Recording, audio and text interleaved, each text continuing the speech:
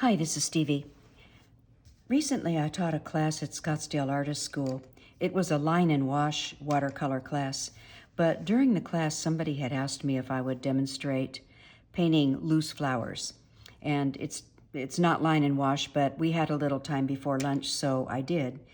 And then someone asked me if I would do a video on my YouTube channel about it. So I'm going to try to recreate that painting as best I can. And here we go. Let's see. So I'm using a 5x7 piece of 140-pound watercolor paper. This is Murata paper.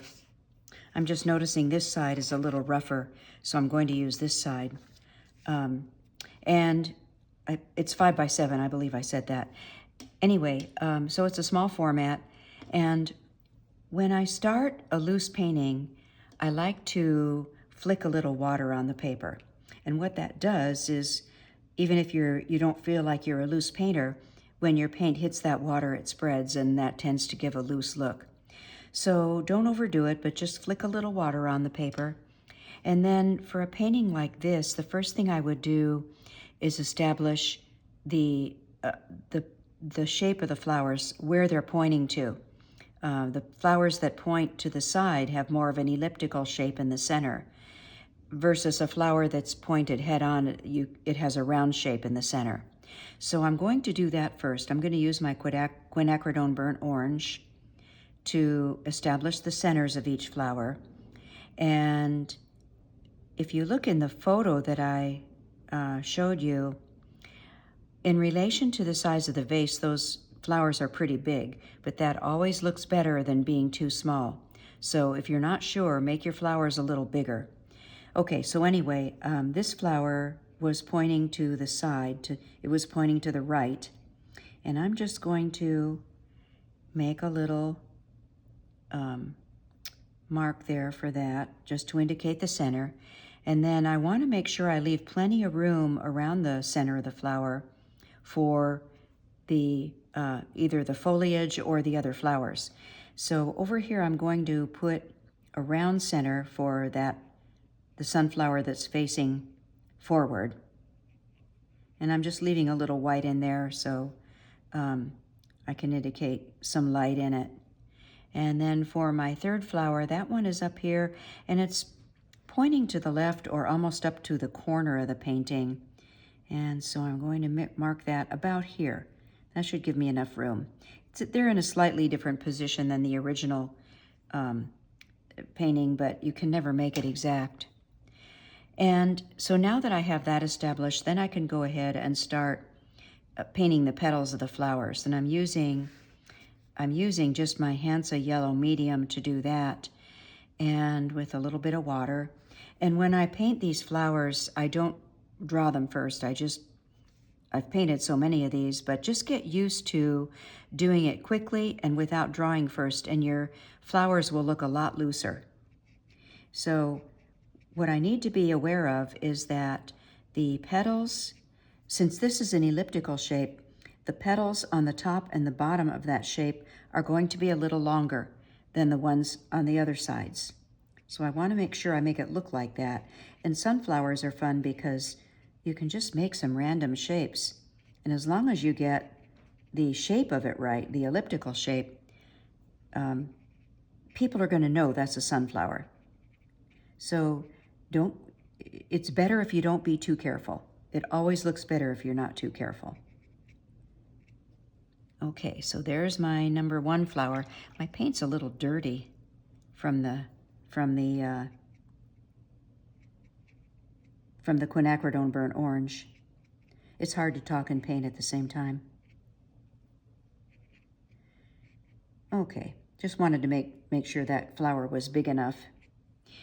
Okay, so we'll move on to the next one. That's the center flower. And so this sunflower would have just more of a round shape because it's facing forward. I don't have to worry about making any elliptical shape on this one. And notice how the quinacridone burnt orange is bleeding into the yellow, and that looks really nice. People love things like that. The less careful you are, at least in my own experience, the more people like it. They like things that aren't quite so perfect. They like that loose look. And the other thing you can do to make it look loose is just rinse your brush off and take some water and just kind of press next to the edge of the flower in a few spots. And that'll make that color bleed. Like that. Okay, and then for the third flower, which is facing this way, oh, I've got that pretty big. This one also is an elliptical shape, so these petals at the top and the bottom would be longer than the others. So I have to make sure I show that. So that flower is going to run into the one next to it, but notice how I'm leaving white space between those flowers. Between all of the flowers, there's some white space. Some of that's going to get covered up with foliage, but some of it is just going to be left white, and you'll notice how vibrant it makes the sunflower look. I kind of like all this over here on the right. The quinacridone burnt orange really bled into the yellow, but it gives it a different look from the other flowers, which is nice. And I'm going to drop a little water on some of these edges too to make them bleed a little bit. Okay, so now that we have that done, we need to think about where I'm going to put the vase and the size of the vase. And I think I'm going to use a cobalt blue for this vase. Nice bright blue. I'm just mixing some up on my palette. And notice there is a dark side and a light side to the vase. So the right side is going to be darker, and the light will be hitting it from the left. So that's how I'm going to paint it. Now, I won't start with any of that greenery. I have to remember to leave room for that. So I'm not going to start right here making the vase. I'm going to start down a little bit, and I can fill in the rest later. So again, I'm not drawing anything. Well, I'm drawing with my brush, but not with any pencil. So bring your vase down, and it curves. It's round when it comes around. It's not a 90-degree sharp angle. It curves around. And so that's the dark side, the shadow side of the vase. And what I'm going to do now, I'm not going to worry too much about the top of it right now, except I softened that edge so I don't have a hard edge there later.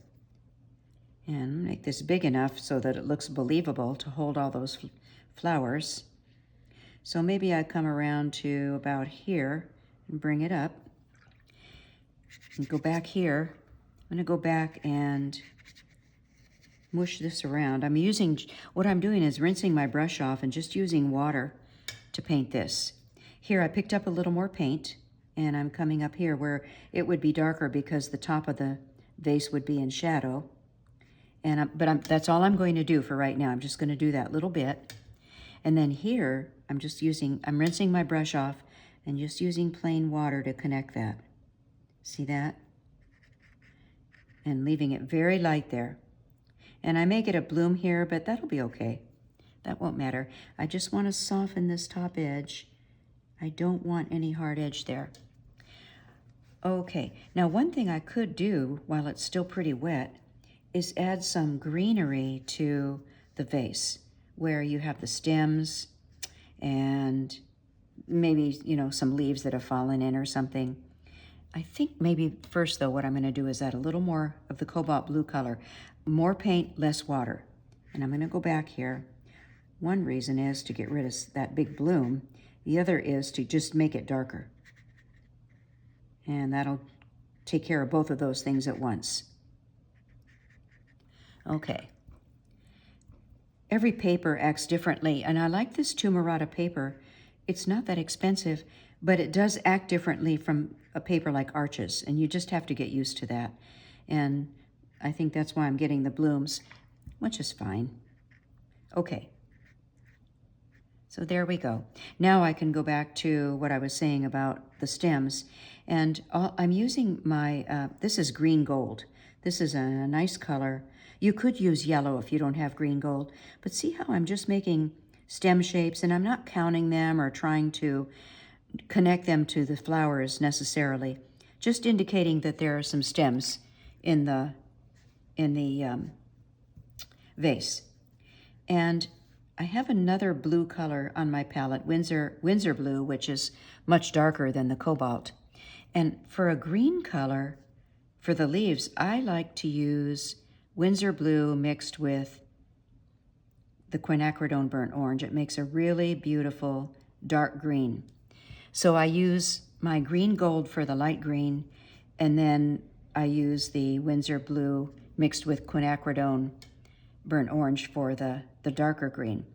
Before I get back into the vase again, I think I'm going to go and first, my paper has dried, so I'm going to flick a little more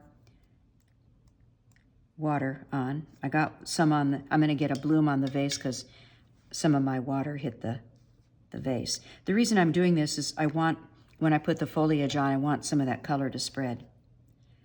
So I'm going to go back in here, and now when I do this, notice how I'm leaving white between the petals and the foliage. And that tends to make your sunflowers look really bright when you're done. I'll just indicate a leaf here. Maybe I'll put a leaf in there. I don't purposely draw very many leaves. I like to create leaves out of the foliage that I put in there because I don't like leaves. I don't like them. So I'm not that good at painting them, and I'd rather kind of leave it to the viewer's imagination a little bit. Okay, so I'm going to leave that. I'm going to get in here and put a little green in. Just in between those flowers. I'm going to have to put something in between those flowers. Still wanting to leave some white edges though, so I'm trying to be careful about that. And around here, again, you don't have to do it on every edge, but as many times as you can leave some of the white in between the flower and the greenery, it just looks really nice. It really brightens up those sunflowers. Okay, so I don't want the green all the way around all of the flowers. So what I do instead of just painting leaves is I rinse my brush off and see how I'm using the whole belly of the brush to do this. And all I do is just kind of scumble it around. As I get near the flowers, I have to be more careful. But see how I just scumble that color around? I don't really want it that low. Okay, back to this because I want to bleed this out before it dries. And I'll add a little more of this light green up in here. Again, I'm working around the edges of those sunflowers. And that'll be enough of that. I want to be careful to leave some white somewhere around these edges just to give everything breathing room. I don't like a painting that's totally enclosed in color. One thing I don't like about this leaf is that it's just so prominent. It doesn't look loose to me. So I just bled it out a little bit here on the end. Okay, now back to this. I'm going to go back to that color that I mixed up, my quinacridone burnt orange and the Windsor Blue. And hopefully this is dried enough now that it's bleeding. I'm going to use drier paint to do this. And it's still going to bleed, but I'm going to leave it light on the left side because that's where the light's coming in.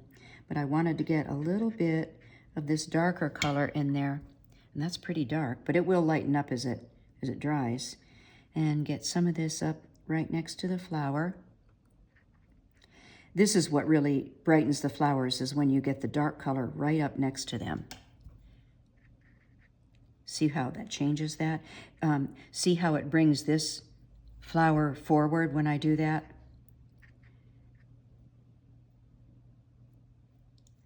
And on around. Here's a good spot where I'm not going to shape a leaf there, but later on I'll probably put one in. Right now I'm just kind of mushing some color in just to get it on there.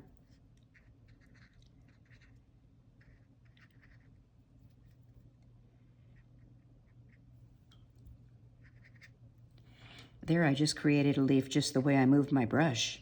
And that's what happens. You know, just these happy accidents that you really aren't expecting, and they just kind of happen.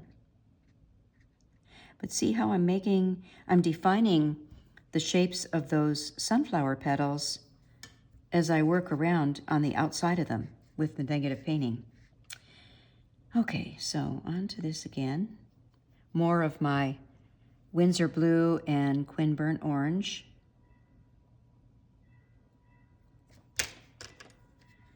And I'll go back over here and get some dark color in. And notice I'm keeping the dark color up near the petals, but I don't pull that dark color all the way out. And you don't want to do that. It just kind of takes over the painting. So then what I do is I come back, not too much water on my brush or I'll create blooms, but see how I can just bring it out over the lighter color that's there. And here I'm just going to mush it around, and that's that. And you can always go back. Once it dries, if you need to add more or change the shape a bit, you can. Just if you try to do it when it's wet, you're going to get blooms. And then up in here, where you would have dark, where it's inside the, where the flowers are, up next to the flowers, that's where it would be darkest. I'm just putting in some dark color, working around, keeping that light in between the petals, the flower petals. And then I might even go and add a little bit of my light green up here too.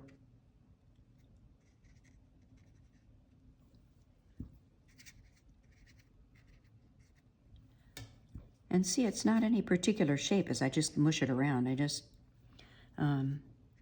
later on I can find some shapes to make into leaves, but that's it for now. That's all I need to do. If I wanted to call more attention, say, to these petals here, I could just add more color around them. But I don't want to enclose that whole thing in dark color. I want some white up there, so I'm just going to leave it like that. But now you can see, now that I've got this color in here, you can see how nice that looks with the dark against the light.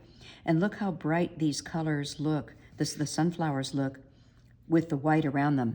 And you don't have to do that everywhere, and maybe I'm overdoing it here, but I just wanted to show you that.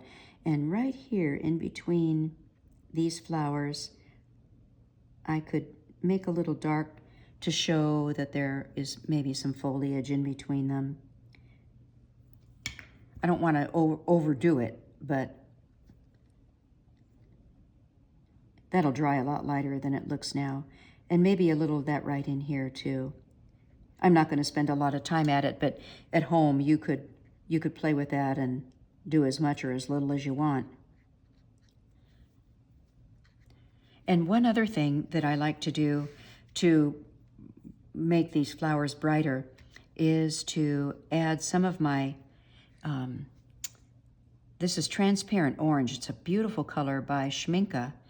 And what I do with that color is I like to indicate veins or indicate a direction in the petals with this color. And you have to work fast because I have to rinse my brush off and then soften that color before it dries. And it tends to dry very quickly when you apply it that thin. So just work fast. And that's quite a bit. I don't know if I might take some of that off. If you want to paint loose, I take lots of classes in loose floral painting. And what we're always told is, if you want to paint loose, you have to paint fast. Learn to paint fast. And that is so true. When you slow down, you just think about things too much and it won't have a loose look. But if you learn to go faster, even if you think it looks messy, I think you're going to find that your viewers like it a lot better. I kind of overdid the orange on this one, but that'll be okay. So now I'm gonna do this one. You can, and I wouldn't spend too much time at it, and don't make it look too perfect. Again, if you go faster and just don't really think too much about it, you'll have better results to get a looser look. And then this last one.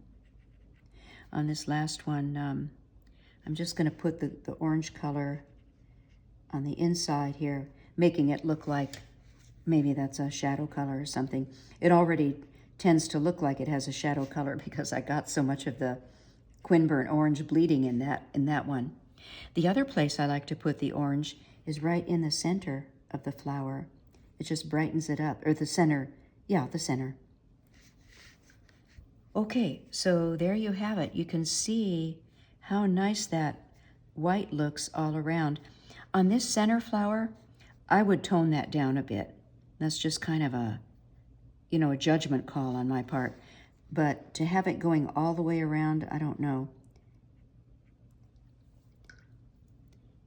I'm just going in on this one side to add a little more dark to where I think it would be. I hope this is all dry or I'm going to get more blooms. I didn't check it before I did it to see if it was dry. Okay, that's a little better. Anyway, you get the idea. You can go back and close up some of that white space if you want to, but I sure like how it looks. The other thing I think I could do now that I look at this is maybe get a little more of this light green color in. And then the other thing on the vase is I like to put just, mush around some things on the bottom of the vase to indicate some of the leaves or something that have fallen. You know how the bottom of a vase tends to get little pieces of old leaves in it. And I didn't really show the back side of the ellipse on this is also an elliptical shape. If you I'm holding my brush above the paper, but just kind of, getting the feel of that, and I could indicate where you can see, just to indicate that ellipse. You don't have to do that, but I just wanted to show you that. And now, what I wanted to show is how I do the leaves. I do have, just the way I was using my brush, I have some leaf shapes here. This one you can kind of see the glass behind it, so I wanted to fix that. I'm going to add a little more color to it. And again, just mush it out. No definite shape to it. Just use the belly of the brush to just practice that on the back of an old painting or something, just to get the feel for it. But you're just laying your brush down, kind of mushing it, and that's it. And then you'll eventually get some nice shapes. I have to let that side dry now, but over here I'll show you how you can pull out. Oh, that's wet too. I'm going to take this over to my heat gun and dry this so that I can show you the rest of it, and I'll be right back. Okay, I'm back. And if you don't know what a heat gun is, it's a craft tool, and they cost about $15, I think. It's like a hairdryer, but it's much hotter and it's really quiet. It doesn't make the noise that a hairdryer makes. So they're very handy to have. I think I got mine on Amazon. Some of the craft stores carry them too, but they're really handy to have because they dry your paper pretty quickly. Okay, so back to this. Now that my paper's dry, I can pull out those leaf shapes to show you how I would do that. So I'm mixing up more of my leaf color with my Winsor blue and Quinburnt orange. And I think this is pretty wet. I'm just dabbing it on a paper towel. And here are some obvious leaf shapes, least obvious to me, but I'm going to pull out that shape a little bit more by negative painting. And you have to work faster, that line will dry. Notice how I soften that outside edge over here too. So all I'm doing is just making a little line around that shape to make it look like a leaf. And over here as well, here's another one. So you just have to envision what a leaf would look like there. And I don't go all the way around the shape, but just enough to make it look like a leaf. I'm going to pick one that's a little more abstract to show you. Let's say right here.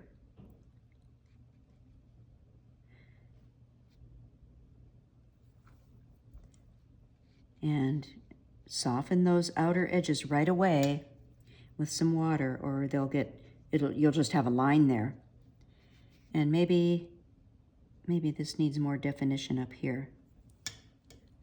Notice how I don't fully enclose it, but you can still figure out that it's a leaf. There. Get a little more color in there. I'm going to go back and do that again after it dries. But on this side, you can see. So I'll go back here. I'm going to use a thinner brush, though. I'm going to use a little brush. I'm using these are all Princeton brushes that I'm using. I really like their brushes. But I'm just going to indicate maybe a couple, some veins in the center of the leaf, so that your viewer can see that it's a leaf. You don't have to do that. And you don't have to do much. Again, don't get too busy. If you want it to look loose, it shouldn't look like a busy painting. Wonder if this is dry enough for me to... I think what I'm going to do here is go like this. I'm still using that little brush, but it'll work. There. So see, I pulled out that leaf. It looks like it's kind of behind that sunflower petal. And I can further define that just by showing the direction of the vein on it. I like to soften those up a bit. There. Okay, so that's the idea of negative painting a leaf. And your viewer is going to know there's other foliage there and other leaves, but let their mind fill that in rather than being so literal with everything. The other thing I want to do on this, I'm going to do a little bit of cleanup and then put a shadow on the bottom of the vase. But over here, I want to soften this edge to almost make it disappear where the light is hitting it the most. And you can do that. What I was using was my 1/4 inch flat Princeton. These are Princeton Velvet Touch. I really like those. And that just softened it up. So it really looks like the light is coming through. And I think I'm just going to leave those little blooms that when I flick the water, I kind of like that. I don't know what it would be, but I like it, so I'm going to leave it. And then I'm going to add a shadow at the bottom. So if I'm going to put a shadow on this painting, if the light's coming from the left, my shadow is going to go this way. It'll be over here, under the vase, and then over this way. And what I like to use for a shadow color, I'm going to make some room here on my messy palette to show you. What I like to use for a shadow color is manganese blue, or I use manganese instead of cerulean. I don't really care for cerulean blue because it granulates so much. So I use manganese blue in its place, which has a lot of green in it, but I really like this color. And then I mix it with some permanent rose, and permanent rose is a really strong color. So I separate the two, and then I add a little bit as I need it to get it to the shade of purple that I want it. But I'm not going to leave it just purple. And you could go more to the blue side or more to the lavender or red side. But I like to add a little bit of green. This is my sap green. If you add green to that, that'll gray it down. So that makes a nice shadow color. So when I do the shadow color, I'm going to start here under, and you have to get right up to the edge of it, under the jar, the vase, and go this way. And then look at the shapes. These are all very random shapes. And let's say that it's flat on a table, so they're not going to be sticking straight up. They're all going to be at an angle. And again, we're going to do some mushing. You don't have to literally show the shape of all the flowers and the foliage. You just want to suggest that there is that's part of the shadow, that the foliage is part of the shadow. Something like this. And it could even go like this a little bit.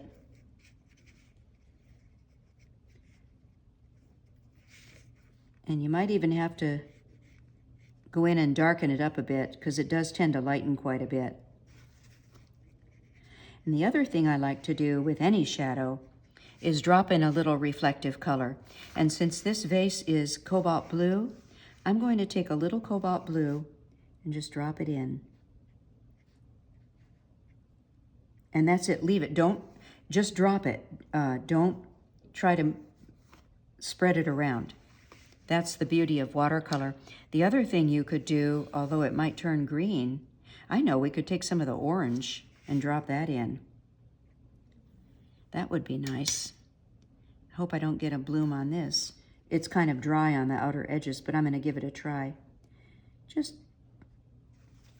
Now that'll lighten quite a bit, and I think I may get a bloom. But that's a nice color to add as a reflective color from the flowers. So there you have it. Just need to do a little bit of cleanup here. I'm going to use my 1/4 inch flat to do this. Now this isn't dry yet, but when it dries, I would go back and soften this line on the shadow. That's a really hard line to have for the shadow. My brush is pretty dry. I can try to do it now, so you get the idea. But it's good to wait till it's dry also, then you can really get in there with some water and do that. But there you have it. There's my little sunflower painting, and I think it looks pretty good. I like my first version better, but that's always the way it goes. If I try to paint something a second time, I never like it as much as the first time.